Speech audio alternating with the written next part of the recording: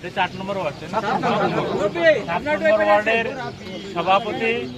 আমাদের নাসির ভাইয়ের উদ্যোগে এবং আমাদের সাবেক সভাপতি ফকির তারিকুল ইসলাম ভাইয়ের সহযোগিতায় আজকে যে বৃক্ষরোপণ কর্মসূচি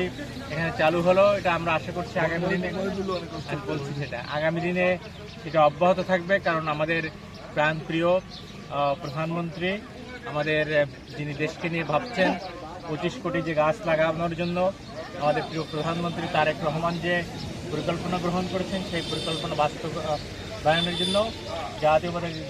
দলের এইসব সূর্য সৈনিকরা যে কাজ করছে তাদের সত্যি ধন্যবাদ এবং সকলের প্রতি কৃতজ্ঞতা। বিশেষ করে কৃতজ্ঞতা আমাদের সদর থানা বিএনপির সাংগঠনিক সম্পাদক মহিদুল ইসলাম এখানে উপস্থিত আছেন, আমাদের বিএনপির আরেক নেত্রী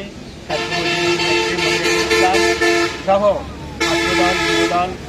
শ্রমিক দল, অন্যান্য অঙ্গ সংগঠনের যে সকল নেতৃবৃন্দ উপস্থিত আছেন, সকলকে অনেক অনেক ধন্যবাদ এবং কৃতজ্ঞতা। বৃষ্টির জন্য আমাদের প্রোগ্রাম সংক্ষেপ করতে হয়েছে, কিন্তু গাছ তো বৃষ্টির মধ্যে সবচেয়ে ভালো হবে, এটা আল্লাহর রহমত যে বৃষ্টি হয়েছে, তারপর আমরা এই কর্মসূচি আমরা শুরু করতে পেরেছি। ইনশাল্লাহ এই প্রোগ্রাম অব্যাহত থাকবে